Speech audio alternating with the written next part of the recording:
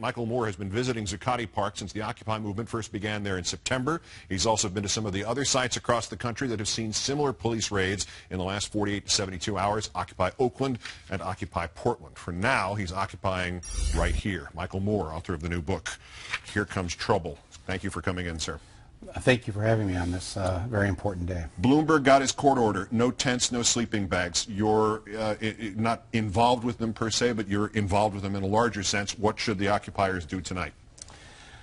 Well, it doesn't really matter much what I say. I think that there's advice. Well, there's hundreds of people gathering right now in Lower Manhattan.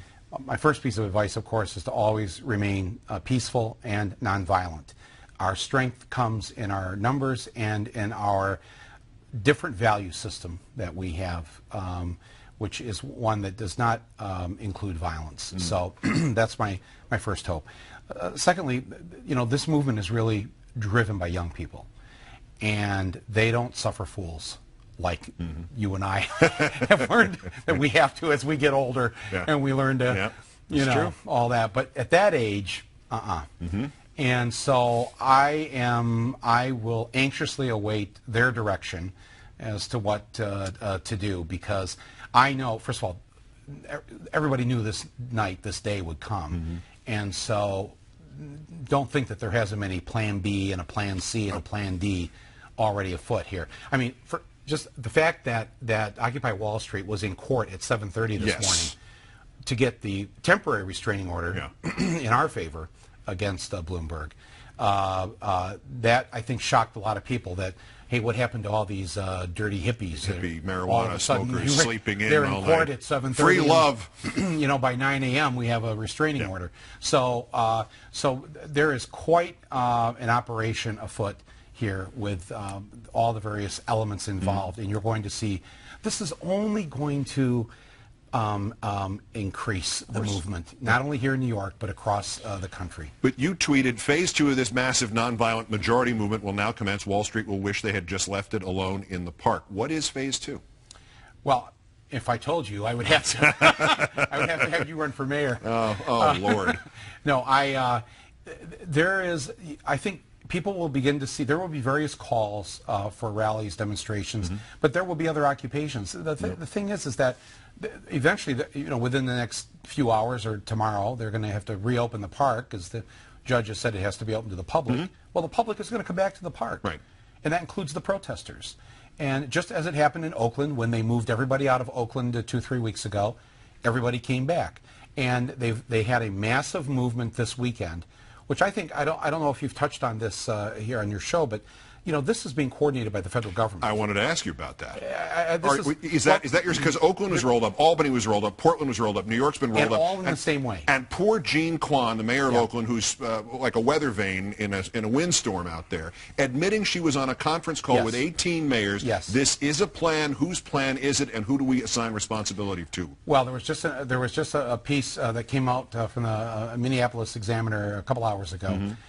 Where they quote a justice official in the Obama Justice Department who did not want to be identified, but he said that the federal government has been providing logistical and tactical advice and support. They said that it's up to the local law enforcement officer or agencies as to what, you know, what to do, but Homeland Security and the Justice Department have been coordinating the sort of advice and strategy and tactics of this, so that because you've seen all the tactics of the police have been the same in every city in terms of how they've done this in the last 48 hours. So this is not some coincidence. This was planned, and I think the question really has to be asked of the federal government and of the Obama administration: why? Why are you participating in this against a nonviolent mass movement of people who are upset at what Wall Street and the banks have done to their lives? Conveniently, the president can't be asked that question because he was en route to Australia.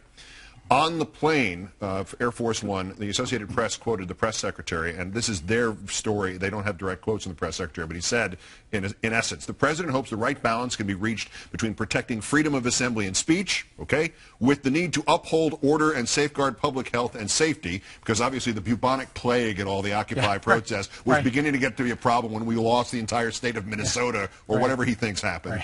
And they added this in the story. The administration's position is that each municipality has to make its own decisions about how to handle these issues. So Mr. Obama is basically saying what through his press secretary here? You're on your own?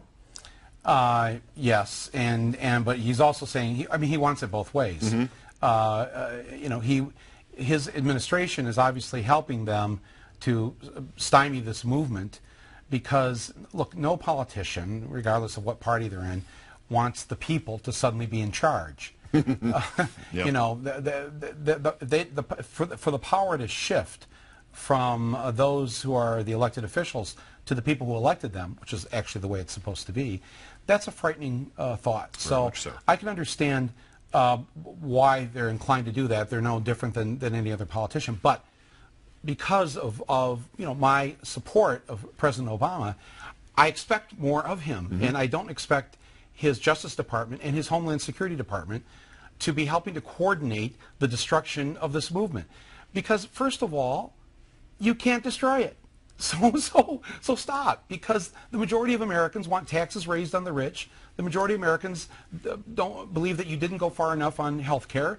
You know, you go down the whole list, and the majority now is very much behind the principles of the Occupy movement. And the practicalities of it. There's a poll this afternoon, New York State public opinion poll. 58% of New York State residents, that's from Albany to Zuccotti Park, A to Z, say that no matter how they feel about what's being protested, the protesters have the right to continue the protest, and they have the right to stay overnight in public parks. So not just well, they're against Wall Street or they're communist or but just the idea of they have the right to be there is overwhelmingly supported in the state in which this has now most recently happened. That is correct, and I believe that you would find that in most states across the country because people are just happy that somebody has started this. Somebody has gotten up.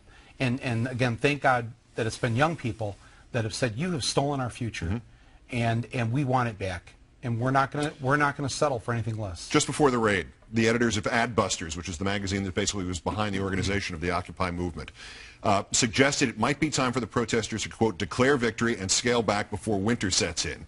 A, is that a victory, therefore? And B, did they just, the actions last night, did they just revitalize a movement that was maybe thinking of hibernation for a little while? No, I think it has completely revitalized it, and I think you're going to see more of this in the coming weeks. It's odd, this magazine that you refer to is in Canada.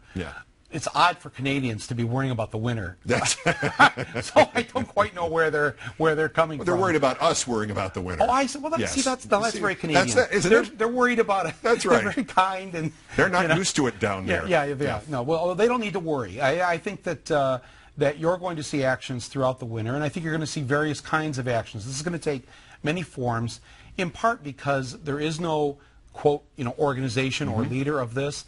That means anybody watching this at home tonight, anybody here who's in their living room, you're sitting in Dubuque, you know, you can start this this movement. You can start Occupy Dubuque. You have our permission. There's no permission. No copyright. There's no permission to get, and that may mean something different in Dubuque than what it means in Des Moines. So there you go. Michael Moore, the book is titled Here Comes Trouble, which is a prophetic title right now on another subject. Thanks for coming in. Safe travels. Thank you, and thank you so much, Keith.